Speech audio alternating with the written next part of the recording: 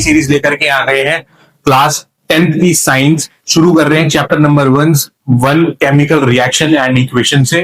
ठीक है, तो आइए जानते हैं कि बेसिकली हम लोगों को क्या क्या चीजें कवर करनी है। एग्जाम प्रोस्पेक्टिव से बहुत ज्यादा इंपॉर्टेंट होने वाला है। बच्चों की को जो यहाँ पे कंफ्यूजन होती है वो होती है कि हम लोगों को इक्वेशन को बैलेंस कैसे करना है। मैं सारे डाउट क्लियर करूंगा, एकदम क्रिस्टल क्लियर कर दूंगा। तो आइए जानते हैं कि बेसिकली हो क्या रहा है ना, इस चैप्टर के अंदर। तो एक केमिकल रिएक्शन होती है, वो क्या होता है आपने देखा होगा कई बारी कि चूना होता है जिससे व्हाइट वॉश होती है, उस चूने को हम पानी में डालते हैं तो वो गर्म होकर के उसके अंदर बॉइलिंग, नेचुरल बॉइलिंग होने शुरू हो जाता है। तो बेसिकली हो क्या रहा होता है, जब वो जो चूना होता है, चूना पत्थर, वो पानी के साथ रिएक्ट करता है तो एक्सोथर्मिक रिएक्शन देता है। ठीक है, और तो दूसरा प्रोडक्ट फॉर्म होता है। तो जब भी कोई ऐसी चीज जिसके अंदर दो सब्सटेंस आपस में कंबाइन हो रहे हैं, ठीक है, और वो एक नए सब्सटेंस को प्रोड्यूस कर रहे हैं जिसकी केमिकल प्रॉपर्टीज और फिजिकल प्रॉपर्टीज दोनों उनसे अलग है, तो इनको हम बोलते हैं केमिकल रिएक्शन। ठीक है दोस्तों, आइए जानते हैं। A chemical reaction are process in which new substance with new property is form, जिसके अंदर एक नया सब्सटेंस फॉर्म हो रहा है जिसकी जो प्रॉपर्टी है वो जो रिएक्ट हुए थे उनसे बिल्कुल अलग है। वो दिखने में भी अलग होगा और केमिकल प्रॉपर्टी भी बिल्कुल अलग होंगी। ठीक है, तो अब बेसिकली जो केमिकल रिएक्शन है, अब केमिकल रिएक्शन में कुछ तो रिएक्ट हुआ है और कुछ प्रोडक्ट बना है।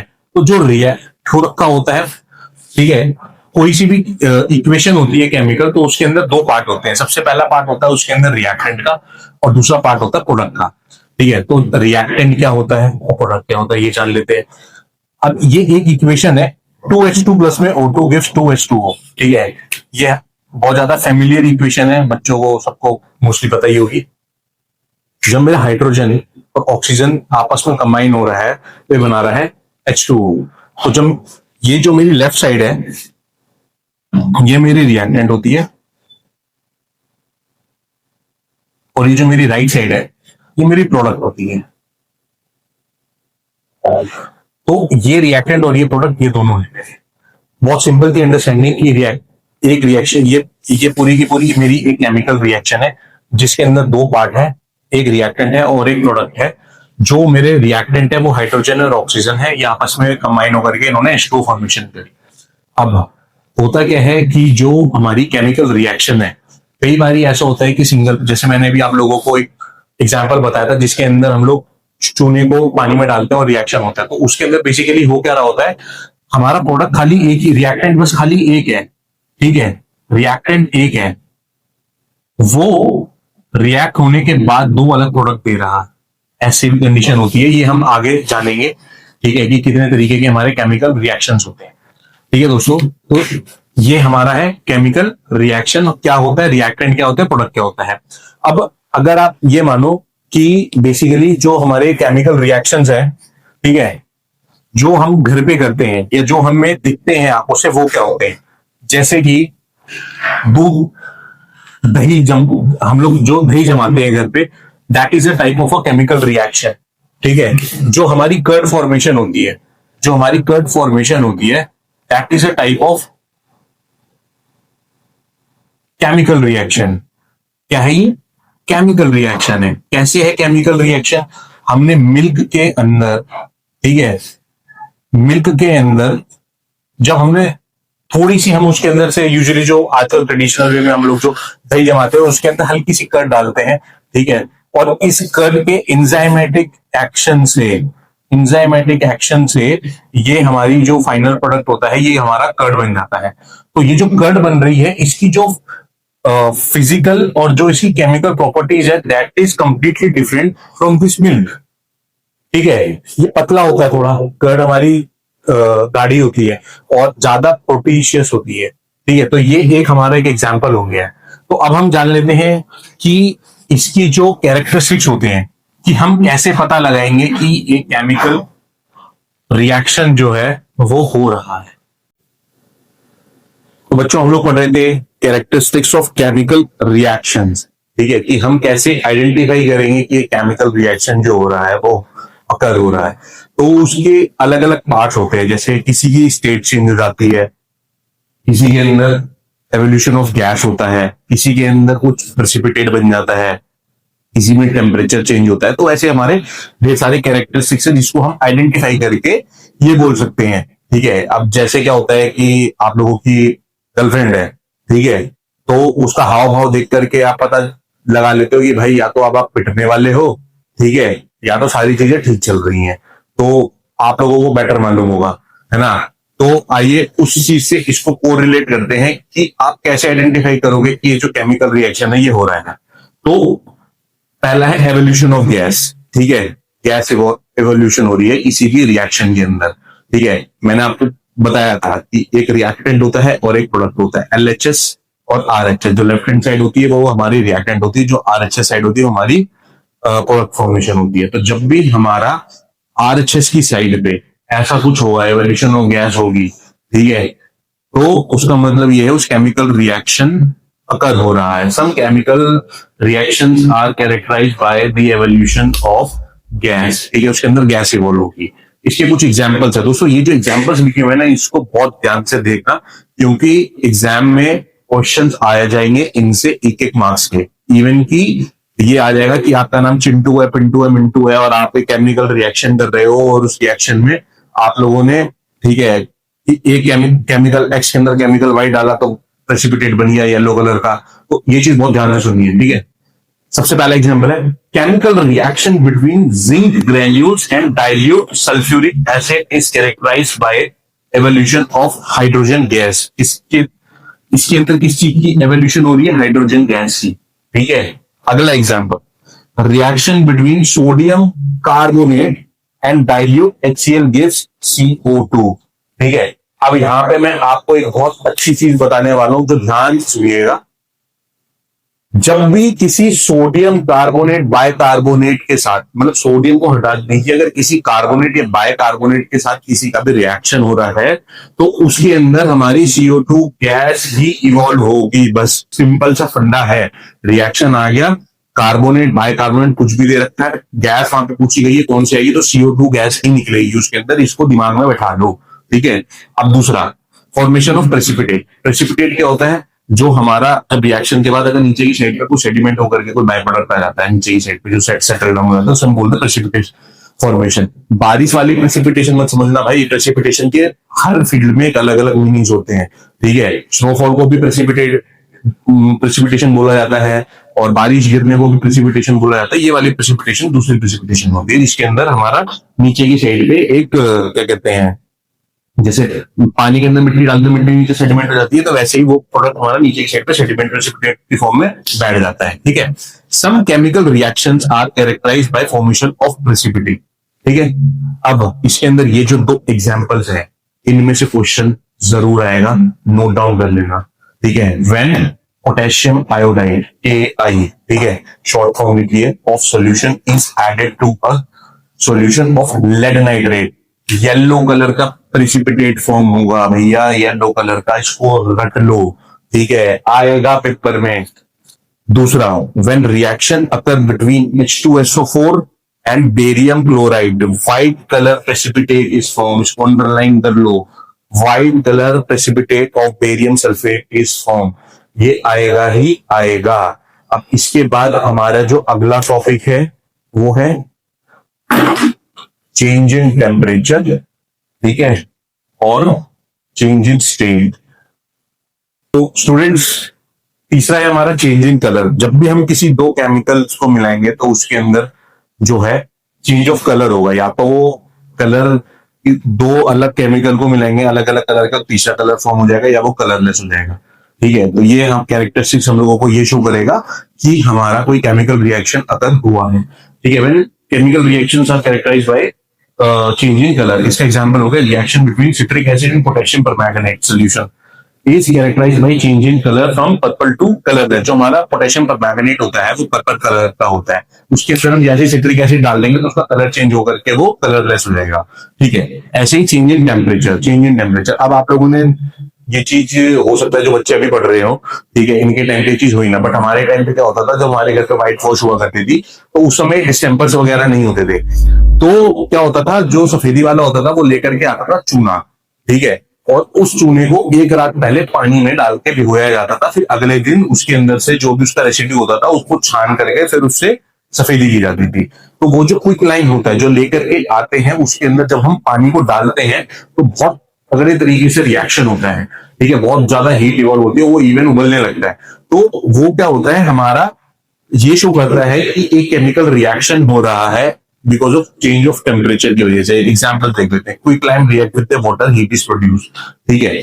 ऐसे ही reaction between zinc granules and dilute sulphuric acid, ठीक है, इसके अंदर भी हीट रिलीज होती है। अब यहां पर मैं आपको एक चीज बताता हूं, ये वाला जो एग्जाम्पल है reaction between zinc granules and dilute sulphuric acid, ठीक है, आपको याद है इससे पहले हम लोगों ने जब एवोल्यूशन ऑफ गैस जो हमारा पहला कैरेक्टरिस्टिक जो हमने पढ़ा था उसके अंदर भी ये यूज हुआ था। तो इसके अंदर दो तरीके के हमारे क्या कहते हैं कैरेक्टरिस्टिक्स फॉलो हो रहे हैं। पहला, एक तो हीट इवॉल्व हो रही है इस वाले के अंदर, और दूसरा change of sorry evolution of gas हो रही है। तो इस चीज को बहुत ध्यान से देखिए, कॉन्सेप्ट यही है, ठीक है। एक एग्जांपल या दो जगह पे यूज हो रहा है, क्वेश्चन में आ जाएगा कि भाई ऐसा एक रिएक्शन बताओ, ठीक है, बेसिकली जिसके अंदर मतलब जिंक और सल्फ्यूरिक एसिड के बीच में रिएक्शन हो रहा है, तो इसके अंदर दो तरीके की जो कैरेक्टरिस्टिक्स फॉलो हो रही है वो किस तरह से हो रही है, ठीक है। तो आपको लिखना पड़ेगा कि भाई एक तो चेंज इन टेम्परेचर हो रहा है और एक एवोल्यूशन ऑफ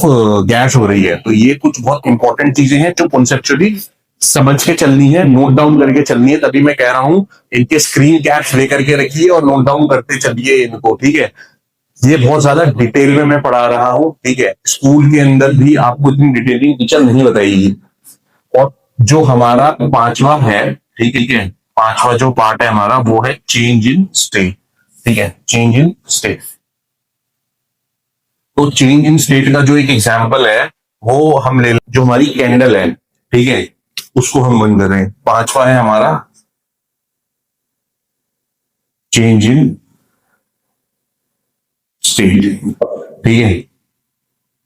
एग्जाम्पल ले लेंगे,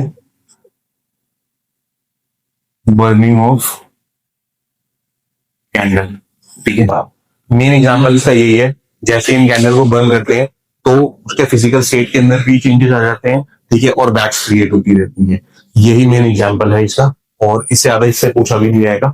तो इसके बाद अब हमारा जो सबसे मेन इंपॉर्टेंट टॉपिक है जहां पे बच्चे धड़ाम से गिर जाते हैं वो है बैलेंसिंग केमिकल इक्वेशन, ठीक है बच्चों। बेसिक से बताऊंगा, कुछ ट्रिक्स भी बताऊंगा, ट्रिक्स को भी यूज कर सकते हो, बट कॉन्सेप्ट क्लियर होना ज्यादा जरूरी है क्योंकि टिप्स एंड ट्रिक्स कई कॉम्प्लिकेटेड चीजों के अंदर फेल कर सकती हैं, ठीक है। ऑल्दो नहीं करती हैं बट कर सकती हैं क्योंकि कई जगह पे एक्सेप्शंस आर ऑलवेज देयर, ठीक है। बट जो कंसेप्ट है वो कभी फेल नहीं करता है, ठीक है। अब बेसिकली केमिकल बैलेंसिंग हम किस तरीके से करते हैं? बैलेंसिंग का मतलब होता है जो चीज मेरे लेफ्ट साइड पर है, जो चीज मेरी LHS में है, ठीक है, सेम चीज मेरी RHS में होनी चाहिए। Then we can say that a chemical equation is a balanced chemical equation, ठीक है। एग्जाम्पल ले लेते हैं भाई, है ना, H2 प्लस O2 ये बना देगा यहाँ पे पानी, ठीक है बच्चों। अब आप देखोगे कि इस साइड पे ये तो पहले मेरा रिएक्टेंट हो गया है, ये मेरा हो गया है प्रोडक्ट फॉर्मेशन, ठीक है बेटा। अब बच्चे ये देखो कि ये H2 है और ये O2 है, यहाँ पे इसने दे दिया H2O। अब आप देखो यहाँ पे मेरी जो हाइड्रोजन है, हाइड्रोजन के नीचे मेरे कितना है 2 है, और यहाँ पे मेरा कितना है 2 एटम्स अवेलेबल है। बट अगर आप ऑक्सीजन की तरफ पर आओगे, ठीक है, तो ऑक्सीजन मेरा यहाँ पे कितना है, यहाँ पे मेरा 1 है, ठीक है, मतलब ये इम्बैलेंस। तो हम लोगों को पता रहता है फटाफट से, अगर मेरे को इसको बैलेंस करना है तो मैंने यहाँ पे 2 लिख दिया तो मेरा ये भी बैलेंस हो गया।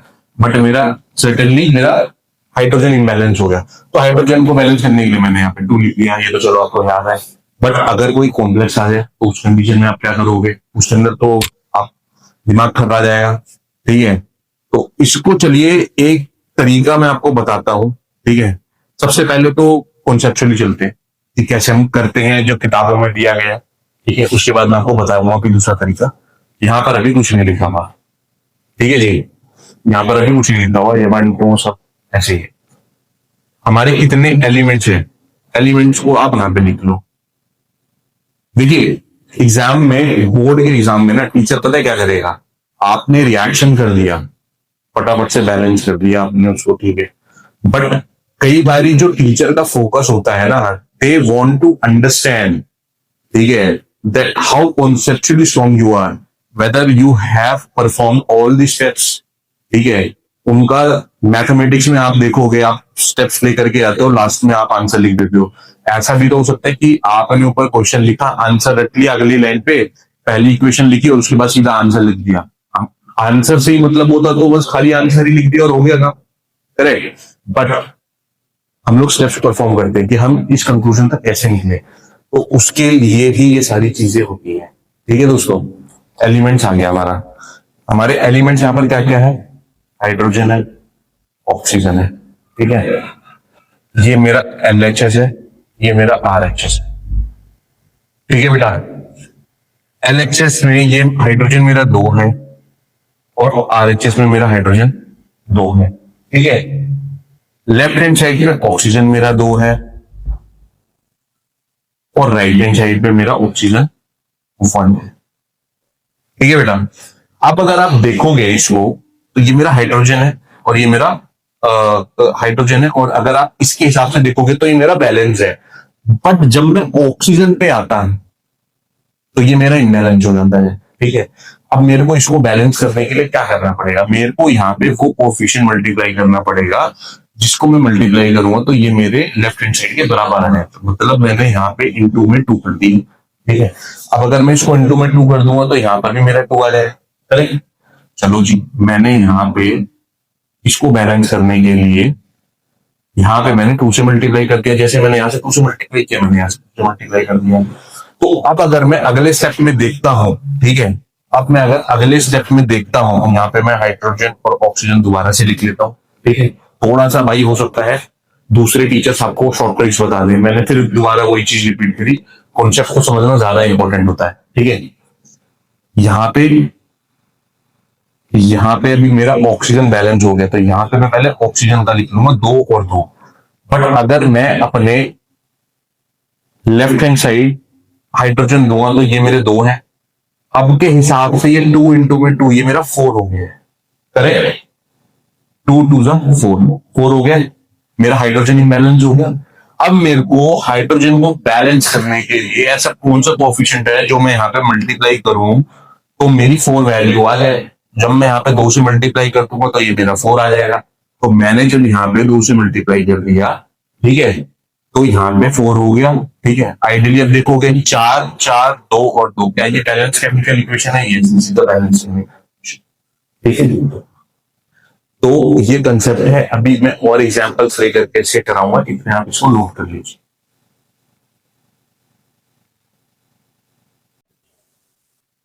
तो बच्चों इससे पहले हम लोगों ने बैलेंसिंग द केमिकल इक्वेशन का एग्जांपल लिया था H2O वाला। अब हम लेंगे ये CH4 बेसिकली मीथेन होता है, मीथेन का ऑक्सीजन से रिएक्ट करवा रहे हैं तो हमारा CO2 और H2O बन रहा है। हम इसे किस तरह से बैलेंस करेंगे, ठीक है, जो मेथड दिया गया है बुक में और जो बताया गया भाई GPSC उसके थ्रू कर देखते हैं, ठीक है। पहले लिख लेते हैं हम लोग एलिमेंट्स, LHS RHS, ठीक है बच्चों। एलिमेंट्स में क्या है, कार्बन है, हाइड्रोजन है एंड ऑक्सीजन है, ठीक है। रिस्पेक्टिव बैनर ही लेकर के चलेंगे जिसमें लिखा हुआ है। कार्बन मेरा लेफ्ट हैंड साइड पे कितना है 1, राइट हैंड साइड पे कितना है 1, क्या ये बैलेंस है, अभी तक तो बैलेंस है। अगला है हाइड्रोजन, यहाँ पे कितने हैं 4 और यहाँ पे कितने हैं 2, क्या ये बैलेंस है, नहीं है। तीसरा यहाँ पे कितना है ऑक्सीजन 2 और यहाँ पे कितना 2 + 1 3।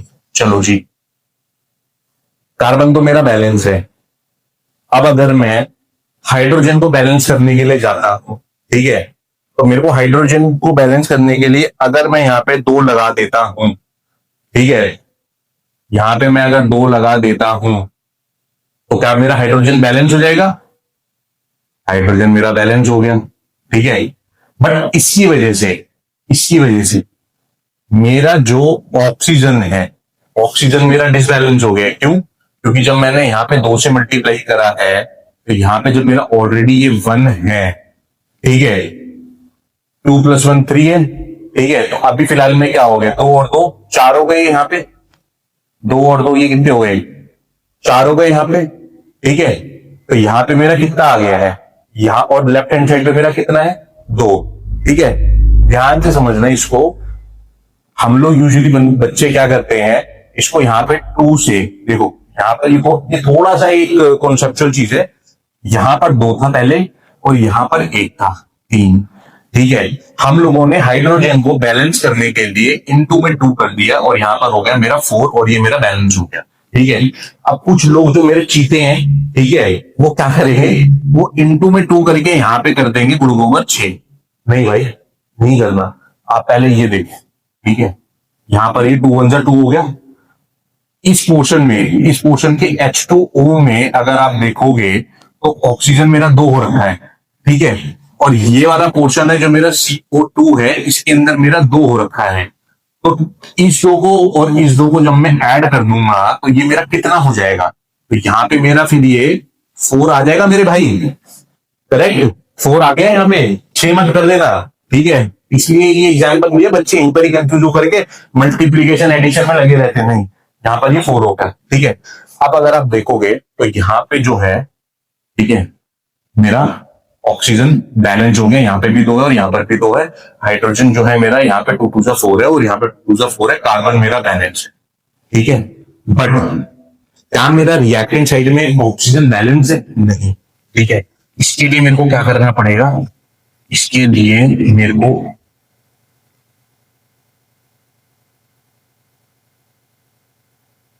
कार्बन, हाइड्रोजन और ऑक्सीजन, ठीक है, और 1 4, ठीक है, 1 4 और ये 4, ठीक है भाई। यहां पे है मेरा 2, यहां पे क्या मल्टीप्लाई करूं, ऐसा ये 4 धन है, इसको जब मैं 2 से मल्टीप्लाई करूंगा तो ये मेरा बन गया 4। तो मतलब जब मैं यहाँ पे 2 से मल्टीप्लाई करूंगा तो ये मेरा बन गया 4। तो क्या अब ये मेरी एक बैलेंस केमिकल इक्वेशन है? क्या ये मेरी बैलेंस केमिकल इक्वेशन है? Yes, this is my balance chemical equation, ठीक है। बहुत इंपॉर्टेंट कॉन्सेप्ट है, बहुत ध्यान से समझना। बोर्ड के एग्जाम में 2 मार्क्स में तो जरूर पूछा जाएगा कि इसको बैलेंस कर दो, ठीक है। तो इसको नोट डाउन कर लो एक बारी। तो बच्चों अगला जो क्वेश्चन है, ठीक है, right a balance chemical equation with symbol, ठीक है। सिंबल मतलब इसके अंदर बस खाली इन्होंने रॉ इक्वेशन दी हुई है, ठीक है। आयरन रिएक्ट कर रहा है, ठीक है, सॉरी, आयरन मेटल रिएक्ट कर रहा है विथ स्टीम। स्टीम फोकस करना बेटा, स्टीम पे बच्चों। स्टीम, ये जो स्टीम है, स्टीम क्या होती है?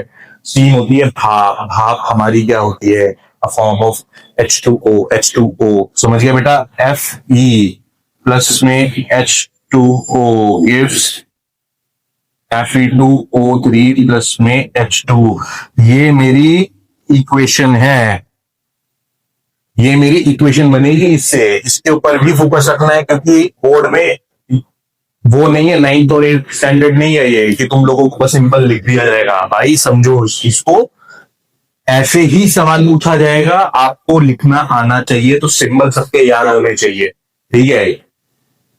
अब क्या ये बैलेंस है केमिकल इक्वेशन? पहले देख लेते हैं हमारा एलिमेंट्स क्या क्या है, ठीक है। ये मेरा LHS है, ये मेरा RHS, ठीक है बेटा। आयरन है मेरा पहला एलिमेंट, अगला है हाइड्रोजन और ऑक्सीजन, ठीक है। अब एक चीज को ध्यान में रखना, जो मैं शायद मैं आप लोगों को यहाँ पे बताने की कोशिश कर रहा हूँ, ठीक है। जो चीज मेरे यहाँ पर होगी, ठीक है, यहाँ पे मेरा आयरन है, हाइड्रोजन है और ऑक्सीजन है, तो सेम ही चीज मेरी यहाँ पर बनेगी। कोई नया जो प्रोडक्ट, नया जो एलिमेंट है, ठीक है, वो नहीं पैदा हो जाएगा। जो बनाया है उसी में से कुछ ना कुछ बनेगा। मतलब अगर आपने खाना बनाने के लिए चावल के अंदर, ठीक है, सब्जियां डाल दी है, तो ऐसा कुछ नहीं है कि उसके अंदर से कोई नई चीज प्रकट हो जाएगी। खाना जो बनेगा वो चावल पुलाव ही बनेगा, जिसके अंदर जो भी चीज आपने डाली है उसका मिक्सचर रहेगा, ठीक है। चलो जी, ये सब चीजें समझाने का इसलिए वो है क्योंकि आप लोगों को अब ये आपका बेस है, इसमें से आगे आप लोग, कुछ बच्चे जो है वो साइंस में चले जाएंगे, कुछ बच्चे कॉमर्स में चले जाएंगे, कुछ बच्चे आर्ट्स में चले जाएंगे। बट आर्ट्स और कॉमर्स वालों को तो इतना इन डेप्थ समझने की जरूरत नहीं, ठीक है। बट जो साइंस के बच्चे हैं, देखो आपको आपस में चीजें जब हम पढ़ते रहते हैं, उसके अंदर चीजों को हमें कोरिलेट करना, ठीक है, आना चाहिए, ठीक है।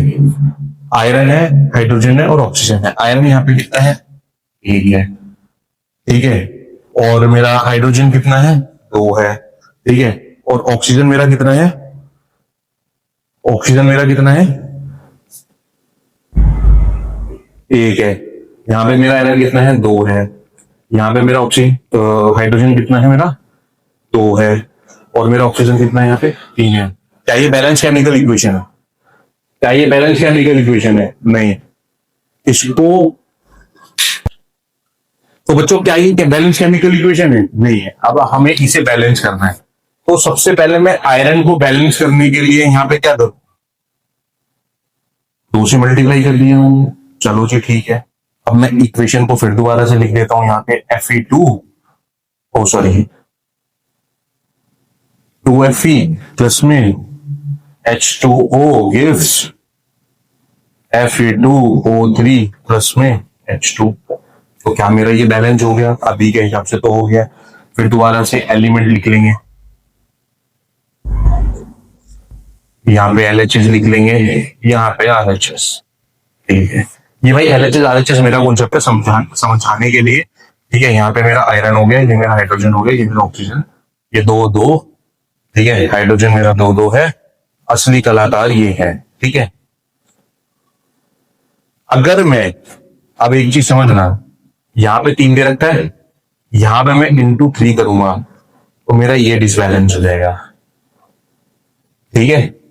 अगर मैं यहाँ पे 3 से मल्टीप्लाई कर दूंगा, ठीक है, तो मेरा ये डिसबैलेंस हो जाएगा, करेक्ट।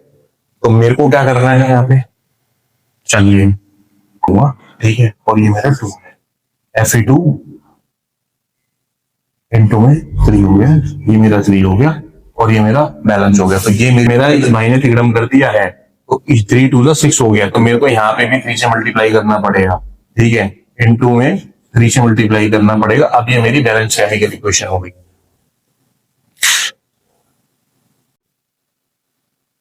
हाँ जी बच्चों, तो ये एक नया सवाल है, ठीक है। इसके अंदर हम लोगों को सब्जेक्टिव फॉर्म में क्वेश्चन दे रखा पूरा का पूरा, जिसके अंदर हमें इक्वेशन खुद से लिख बनानी है। Heated iron metal with steam to form iron, ठीक है, 2 और 3 ऑक्साइड एंड हाइड्रोजन, ठीक है बच्चों।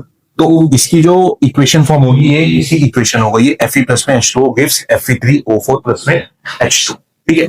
अब इसको देख लेते हैं कि बेसिकली इसको हमें बैलेंस कैसे करना है। एलिमेंट्स ले लिया, लेफ्ट हैंड साइड मतलब रिएक्टेंट हो गई, तो ये मेरी प्रोडक्ट साइड हो गई RHS, ठीक है बच्चों।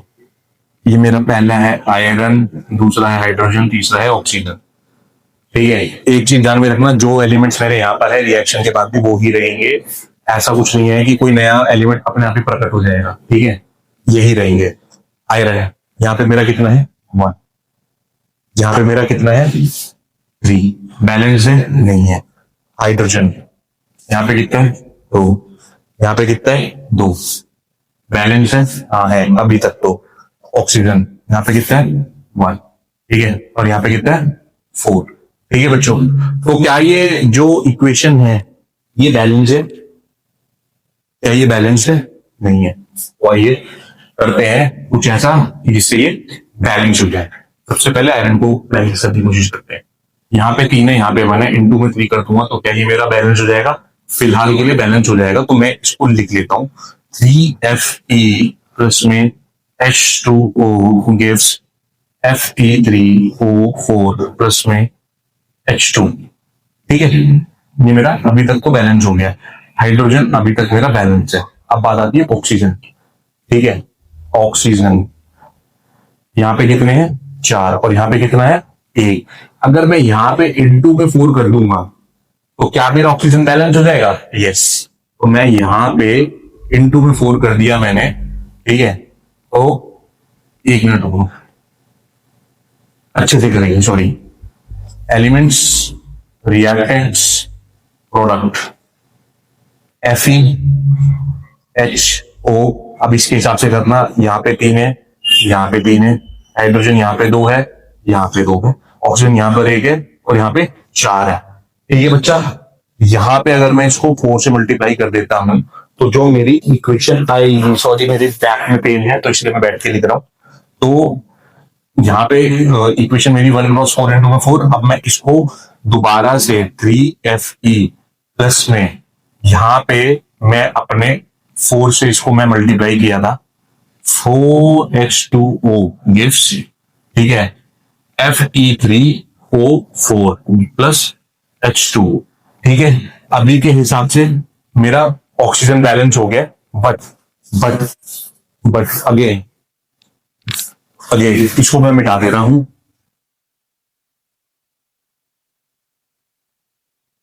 अगेन अगर मैं किसी इक्वेशन को यहां पे एक बार लिख देता हूं, मैं 3Fe प्लस में 4H2O, ये मेरा देगा Fe3O4 प्लस में H2। एलिमेंट्स LHS RHS, ठीक है, ये मेरा Fe है, हाइड्रोजन है, ऑक्सीजन है, ये मेरा 3 है, यहाँ पे मेरा 3 है इसके हिसाब से। ठीक है, ये मेरा हाइड्रोजन यहाँ पे कितना हो गया, 4 2 8 हो गया। ठीक है, यहाँ पे कितना है 4। उसके बाद ऑक्सीजन मेरा यहाँ पे कितना हो गया 4 और यहाँ पे कितना हो गया 4। अब मैं यहाँ पे ऐसा क्या मल्टीप्लाई करूं जिससे मेरी ये इक्वेशन जो है वो बैलेंस हो जाए। ठीक है, यहाँ पे अगर मैं 4 से मल्टीप्लाई कर देता हूं, ये मेरा 4, सॉरी यहाँ पे मेरा 2 है, इसको अगर मैं 4 से मल्टीप्लाई कर देता हूं, ठीक है, तो क्या ये मेरी इक्वेशन बैलेंस हो जाएगी? क्या ये मेरी सॉरी ओ अरे यार मैं क्या कर रहा हूँ, मैं देखा मेरे साथ भी कंफ्यूजन हो रही है, आप लोगों को भी होगी, तो इसलिए फोकस होकर के करना है। इस कॉन्सेप्ट को समझ लो, इसके अगले ही पार्ट मतलब ये खत्म करने के बाद मैं आपको एक ट्रिक भी बता दूंगा। ठीक है, उस ट्रिक से भी करके देख लेना। यहाँ पे 2 है, इसको मैं 4 से मल्टीप्लाई कर दूंगा तो ये मेरा 8 हो जाएगा। तो यहाँ पर अगर मैं 4 से मल्टीप्लाई कर दूंगा तो ये मेरा 8 हो गया।